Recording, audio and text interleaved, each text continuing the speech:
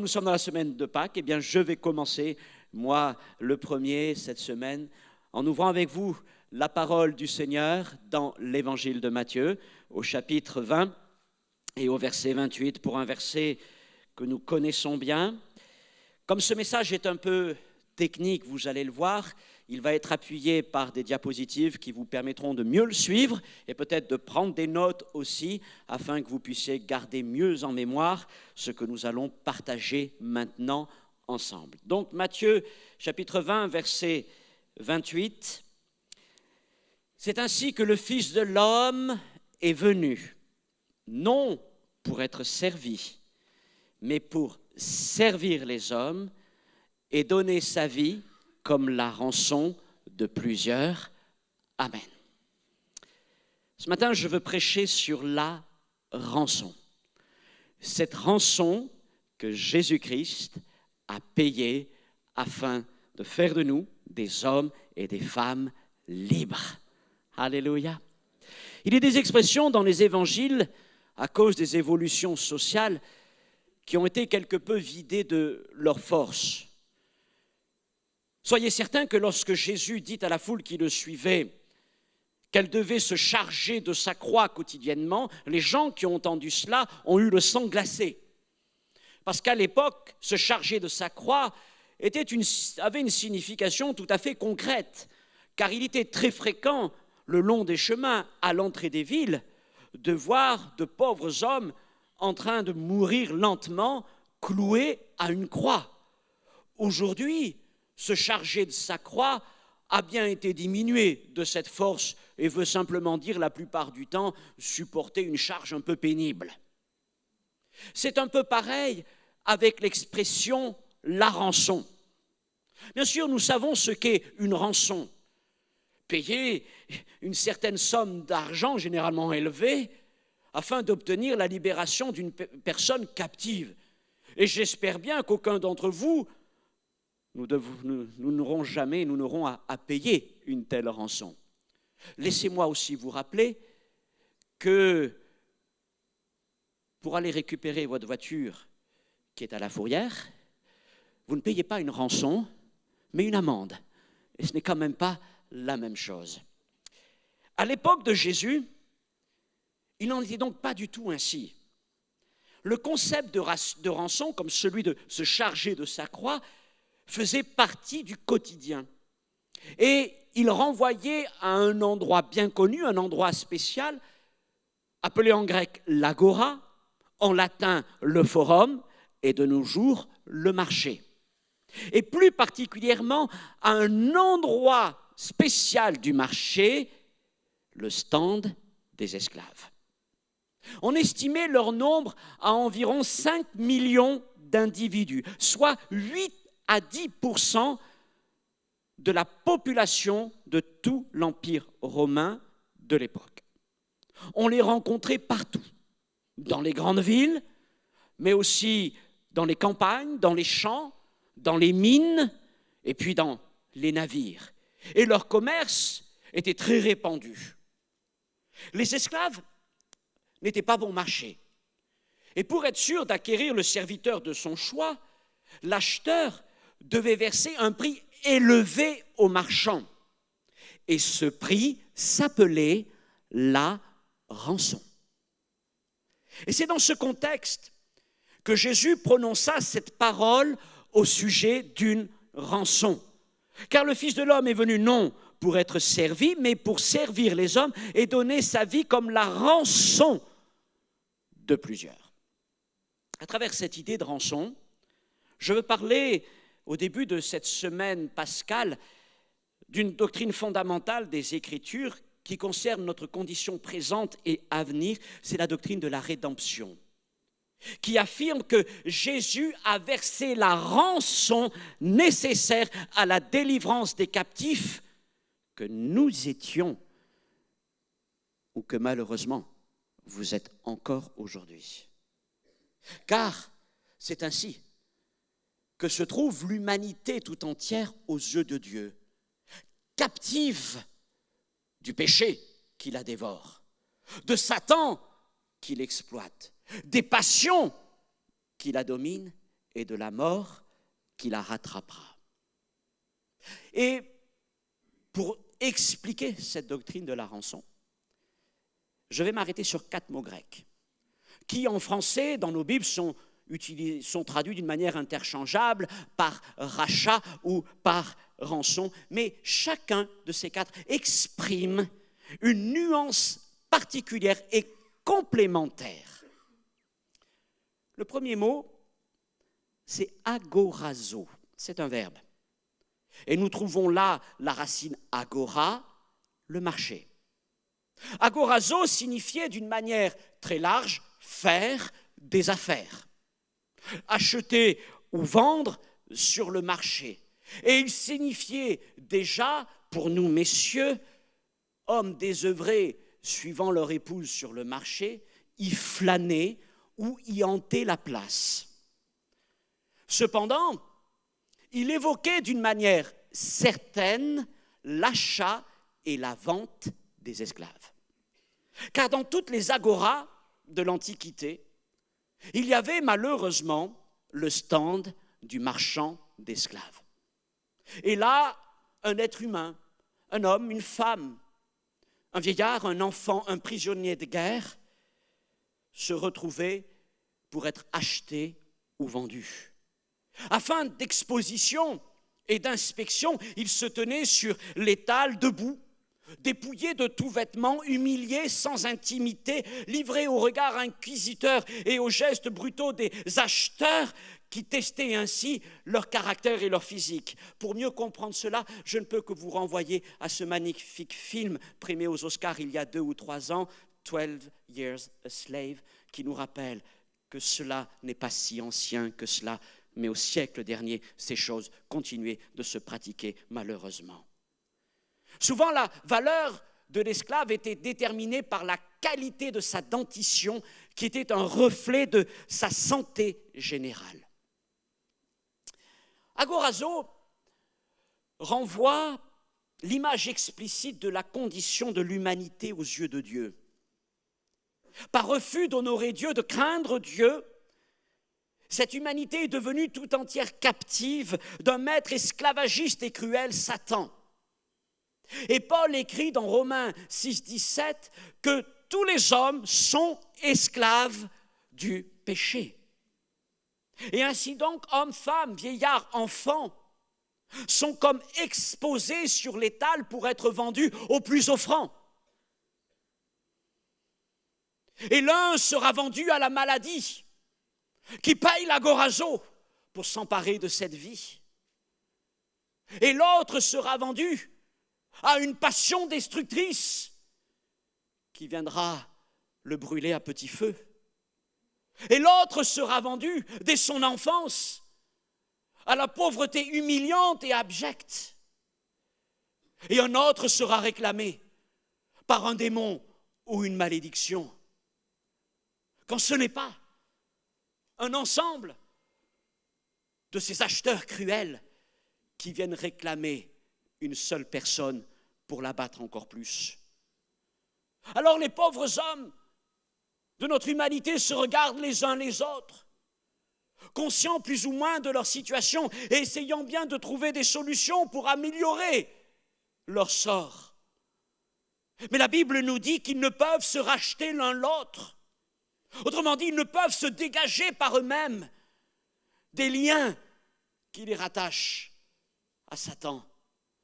Et il est écrit qu'ils ne peuvent donner à Dieu le prix de leur rachat, car le rachat de leur âme est cher et il n'aura jamais lieu. Psaume 49, verset 8. Alors, nous voyons des hommes tout autour de nous baisser la tête et accepter leurs conditions en essayant de se rassurer en se disant que finalement, il n'y a pas qu'eux, mais il y a aussi le voisin.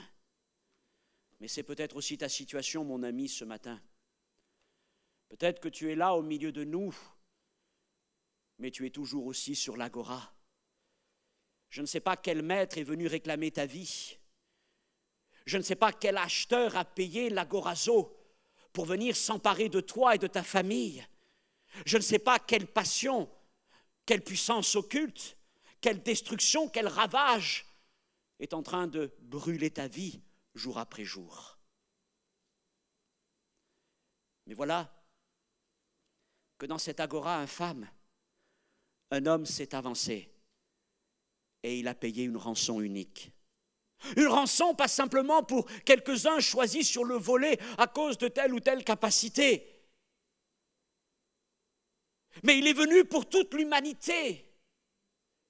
Il est venu pour tous les hommes, pour toutes les femmes, les trouvant gisants dans le péché, la déchéance, la maladie, l'humiliation.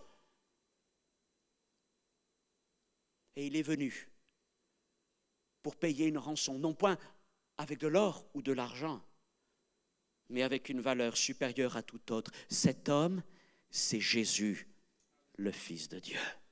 Et la rançon qu'il a acquittée, c'est sa vie, qu'il a donnée pour nous à la croix, en versant son sang. L'apôtre Paul écrit dans Corinthiens 6:20, « Car vous avez été rachetés à gorazo à un grand prix, le prix du sang de Jésus-Christ. » Par amour pour l'humanité, pour cette humanité captive, esclave, cette humanité qu'il a créée pourtant pour la liberté, Dieu a envoyé son Fils Jésus, non pour être servi par les hommes, mais pour les servir, non pas simplement en voulant apaiser un peu leur souffrance, mais en allant jusqu'à verser la rançon, agorazo, pour les racheter.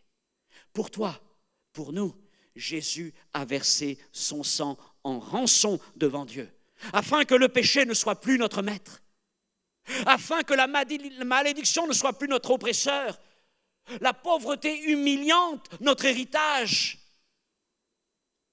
et la mort la dernière à nous réclamer. Toi aussi,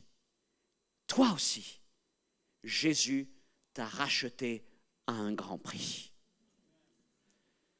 Nous étions esclaves et Jésus est venu payer l'agorazo. Mais ça ne s'arrête pas là. Et nous allons aller encore plus loin avec le verbe suivant, exagorazo. Nous retrouvons agorazo dont nous venons de parler et nous voyons qu'il est complété d'un préfixe ek qui veut dire hors d'eux. Dans le contexte du marché aux esclaves, il signifie retirer de l'agora celui qui vient d'être racheté. Exagorazo signifie donc soustraire, enlever. Comprenons ceci. Quand un acheteur faisait l'acquisition d'un esclave, il était libre ensuite, pour toutes sortes de raisons, insatisfaction, lassitude, colère ou autre encore, il était libre de le revendre. Et donc de le ramener sur l'agora, là où l'esclave serait une nouvelle fois exposé, humilié pour être vendu au plus offrant. Le paiement de l'agorazo, la rançon d'achat, ne modifiait en rien donc le statut de l'esclave. Il devenait simplement l'esclave d'un autre et pouvait s'attendre à être revendu. Cependant, l'agorazo que Jésus a versé est très différent. Il a payé le prix le plus élevé pour acheter l'humanité, mais aussi pour la sortir exagorazo de la place du marché définitivement. Et même si nous sommes infidèles, lui, Jésus, ne se lassera pas. Il ne nous abandonnera pas. Il ne nous rejettera pas. Et il ne nous renverra pas à l'agora. Car en effet, merveilleuse et bonne nouvelle, l'apôtre Paul écrit, Galates 3,13, que Christ nous a rachetés exagorazo. Dès lors, nous ne sommes plus à vendre. ou à revendre. Plus jamais nous ne retournerons sur l'agora. Il nous en a sortis pour toujours. Cependant, est-ce une réalité spirituelle pour vous? L'exagorazo de Christ a-t-il été proclamé sur votre vie? Avez-vous quitté l'agora définitivement? Car il ne s'agit pas simplement de dire « Christ m'a racheté agorazo ». Il s'agit maintenant de rentrer dans cette nouvelle dimension. Christ m'a sorti de l'agora afin que je n'y retourne plus jamais, afin que l'ennemi ne puisse plus m'atteindre. Et je vais vous dire, ce qui est triste, c'est qu'il y a beaucoup de chrétiens qui en sont restés à l'agorazo, mais qui ne sont pas rentrés dans l'exagorazo. Ils ont été rachetés, mais on les voit flâner là sur la place du marché, risquant d'être de nouveau rattrapés par le péché. Alors que Christ a dit, j'ai payé la rançon exagorazo, je te fais sortir du marché et je te promets que plus jamais tu ne seras à vendre. Rentre dans cette nouvelle dimension, dans cette dimension qui t'éloigne du péché, dans cette dimension qui t'éloigne de Satan, dans cette dimension qui t'éloigne de la malédiction. L'exagorazo, c'est la voie de la vraie liberté. Christ ne nous a pas simplement racheté agorazo, il nous a racheté exagorazo. Il t'a fait sortir du péché, de la malédiction. Et il n'y a aucune raison pour que toi, mon frère, ma sœur, tu restes encore sur l'agora. Tu n'es plus à vendre. Troisième mot, lutro. 1 Pierre 1,18. Nous avons été rachetés de la vaine manière de vivre héritée de nos pères par le sang précieux de Christ, comme d'un agneau sans défaut et sans tache. Nous avons été rachetés. Pierre utilise ici le verbe lutro, qui signifie relâcher à un certain prix, libéré par le paiement d'une rançon, libéré de la misère et de la condamnation. Ce verbe va donc plus loin que agorazo. Agorazo, c'est rançon de rachat. Lutro nous parle d'émancipation et de liberté. Imaginez donc la réaction d'un esclave entendant que l'acheteur intéressé par lui ne veut pas simplement payer un agorazo, mais est prêt à payer un lutron. Ça veut dire que celui qui vient ne veut pas simplement le racheter pour lui, il veut le racheter pour le mettre en liberté. Quelle différence, n'est-ce pas?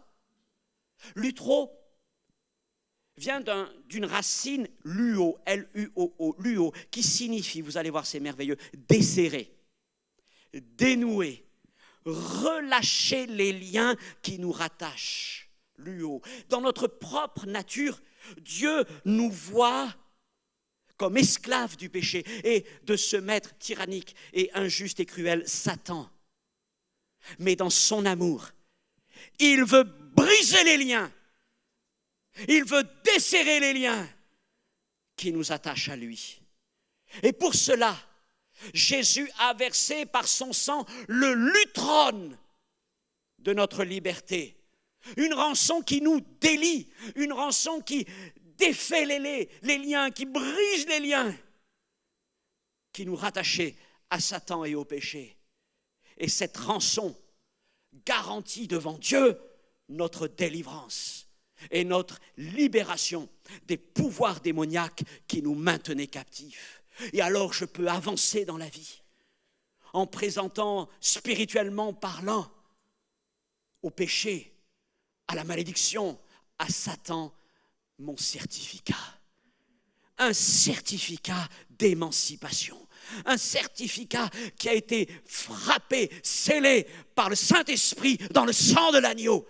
Et je peux dire au péché, voilà, tous liens ont été détruits, anéantis. Tu ne peux plus rien contre moi. Ce mot lutron signifie donc rançon de liberté.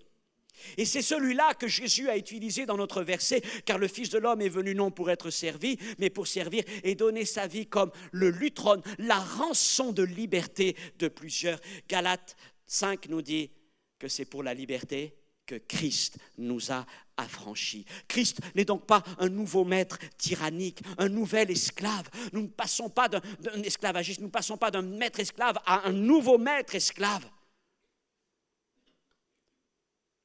Car non seulement Jésus nous a retiré ex agorazo de l'agora, mais en plus, il a versé devant son Père la rançon d'émancipation et de liberté.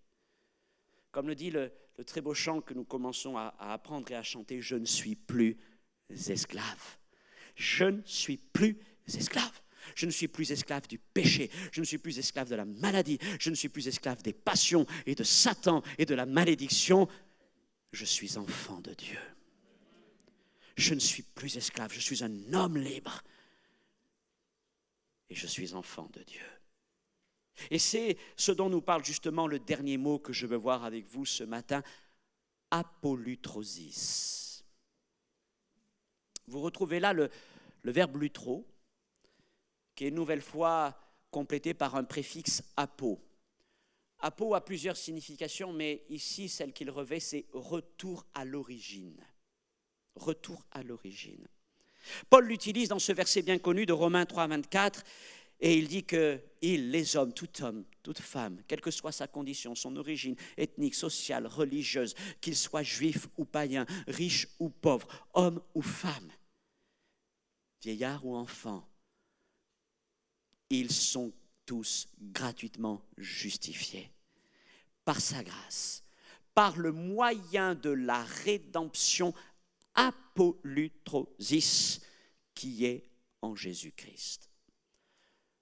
À travers ce quatrième mot, nous découvrons le but suprême du projet rédempteur de Dieu. Jésus a payé le lutron, la rançon de liberté, afin de ramener l'homme à son statut original, à sa position originelle, telle que Dieu l'avait conçu avant que l'homme ne se rebelle contre lui. L'apolutrosis nous dit que la rançon payée par Jésus n'est pas simplement un rachat, n'est pas simplement une rançon de liberté, c'est aussi une rançon de réconciliation avec Dieu. Colossiens 1,20, c'est par le sang de la croix que nous sommes réconciliés avec Dieu. Ce sang, c'est le lutron. C'est ce que Jésus a payé afin que nous soyons en paix avec Dieu. Ce sang de la réconciliation, cette rançon, cette apolutrosis, veut dire que nos péchés, nos mauvaises actions, nos mauvaises pensées, tout ce que nous étions, est pardonné. Pardonné. Notre incrédulité, notre rébellion, pardonné. Nous sommes en paix avec Dieu. Et l'apolutrosis nous parle aussi d'une rançon, de réhabilitation et de restauration par laquelle nous retrouvons notre statut original d'homme libre du péché. Et nous redevenons ainsi des fils et des filles du royaume de Dieu. Je sais que la leçon est rapide, le temps nous presse, et ce survol est assez panoramique sans rentrer dans tous les détails. Mais quelle belle histoire que celle de la rançon que Christ a versée pour nous. Agorazo nous dit que Jésus est venu sur une terre transformée en marché aux esclaves, livré aux passions, aux péchés, aux démons, à la maladie, à la mort. Et il s'est approché des hommes, de tous les hommes, sans distinction. Il a examiné notre condition. Il nous a trouvés misérables, humiliés, malades, oppressés, accablés. Et il ne s'est pas détourné de nous. La Bible nous dit qu'il a payé l'agorazo. Qu'avait-il pourtant en nous? Nous n'avions aucune force, nous n'avions aucun intérêt pour être rachetés. Nous n'étions que des pauvres créatures. Et il a quand même versé l'agorazo, le prix élevé, le prix le plus élevé pour tous les hommes, quelles que soient leurs conditions, et pour toi aussi. Exagorazo nous dit aussi que Jésus n'est pas simplement venu inspecter notre condition et nous racheter, il est venu pour nous soustraire définitivement du pouvoir de Satan.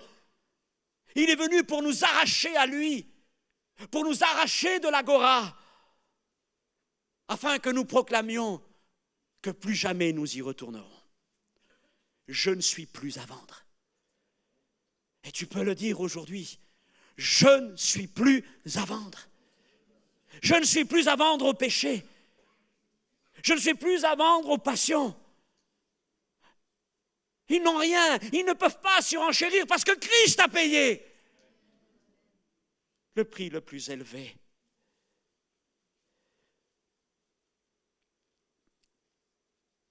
Permettez-moi de rajouter ce point. Christ n'a pas payé Satan. L'agorazo, le lutron, n'a pas été versé à Satan, parce qu'on ne paye pas un voleur pour reprendre ce qui lui appartient. Satan est un receleur. L'humanité n'appartient pas à Satan, elle appartient à Dieu. Et si Jésus a versé son sang, il l'a versé devant Dieu le Père, à cause de nos offenses, à cause de nos péchés, à cause de notre rébellion. Mais devant Satan, il n'a rien négocié. Il n'a rien payé. Mais il a dit, cela m'appartienne.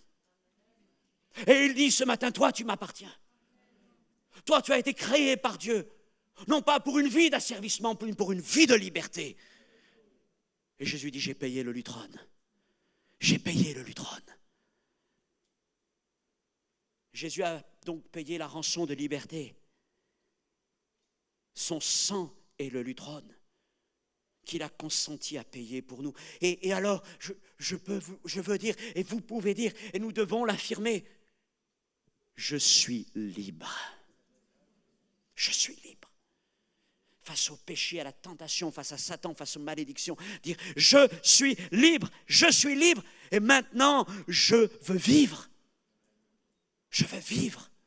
Je veux vivre pour Christ, pour mon libérateur.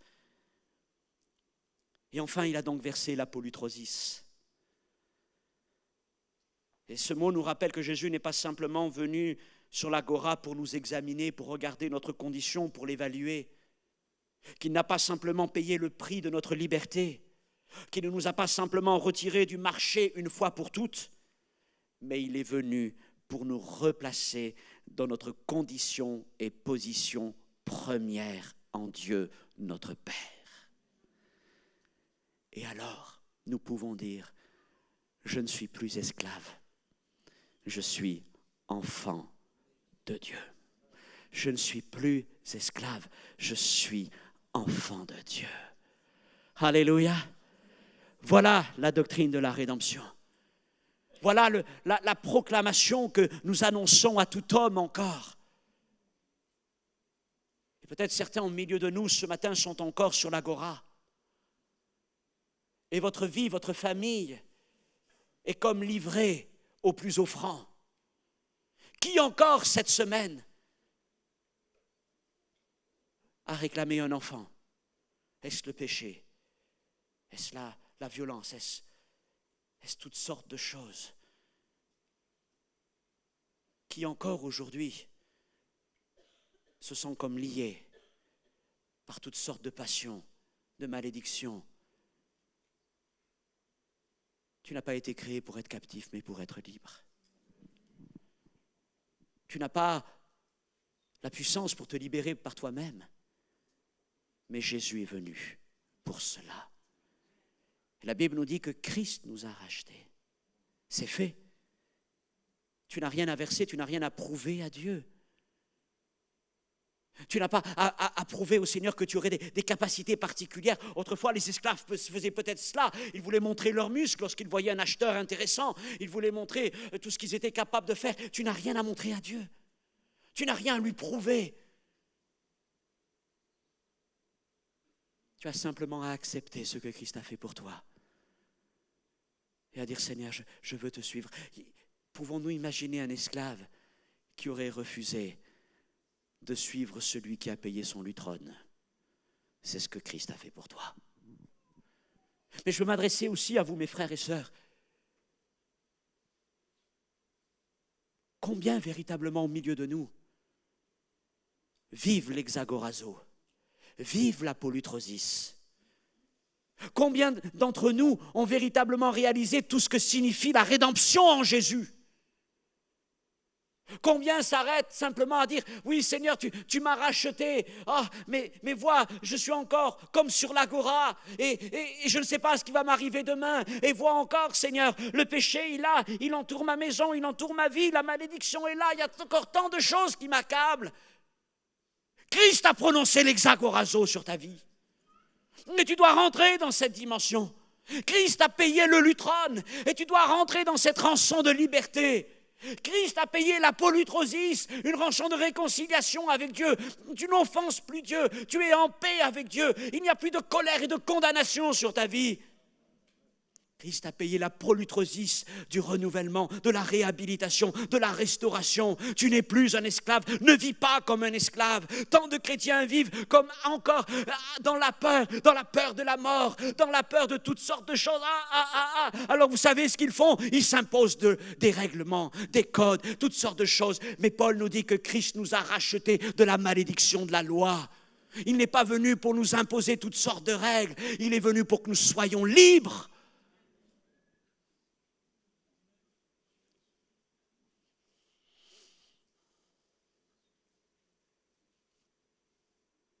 Ce matin, non seulement nous voulons proclamer l'agorazo pour tout homme dans ce lieu, quelle que soit la situation, mais je veux proclamer l'exagorazo. Dieu te sort ce matin. Toi, son enfant, il te sort du marché et il te dit, tu n'y retourneras plus. Tu as maintenant cette délivrance et il te donne sa rançon de liberté, son lutron, un certificat qui dit, je suis libre. Et je proclame aussi la polytrosis de Dieu sur ta vie. Alors si dans ce que nous venons de partager, tu sens que le Seigneur te parle, je voudrais simplement t'inviter à lever ta main. Quelle que soit la situation où tu en es, on va fermer nos yeux. Mais on va laisser cet instant d'intimité, de paix avec le Seigneur. Plusieurs ont certainement besoin de laisser encore l'œuvre de Dieu agir en eux. Le Seigneur veut briser des liens ce matin. Il veut proclamer la liberté, la restauration, la réhabilitation. Alléluia, tu vois, Seigneur, ces vies. Tu connais leur situation personnelle. Seigneur, ce matin, nous proclamons que la rançon, toute la rançon de Christ a été payée, versée pour leur vie, mon Dieu. Ce ne sont plus des esclaves, ce sont des enfants de Dieu. Seigneur, montre-leur l'étendue, la puissance, la merveille de ton œuvre de rédemption. Seigneur, je proclame la liberté. Je proclame ce matin le luau de Christ. Tu desserres, tu dénoues, tu tranches les liens qui peuvent les retenir en arrière, Seigneur. Et tu leur donnes un certificat d'émancipation. Un certificat indestructible, indélébile, qui a été scellé dans le sang de l'agneau et marqué, frappé de l'autorité du Saint-Esprit. Et Satan ne peut plus rien contre eux. Nous sommes à toi, Seigneur. Et je prie pour qu'il y ait une œuvre puissante dans la vie de nos frères et sœurs et de nos amis qui sont là ce matin. Merci, merci, merci Jésus, parce que tu n'es pas venu pour être servi, mais pour servir l'humanité tout entière et donner ta vie comme la rançon de plusieurs. Amen. Soyez libres. Vous n'êtes plus esclaves, vous êtes enfants de Dieu. Amen, que Dieu vous bénisse.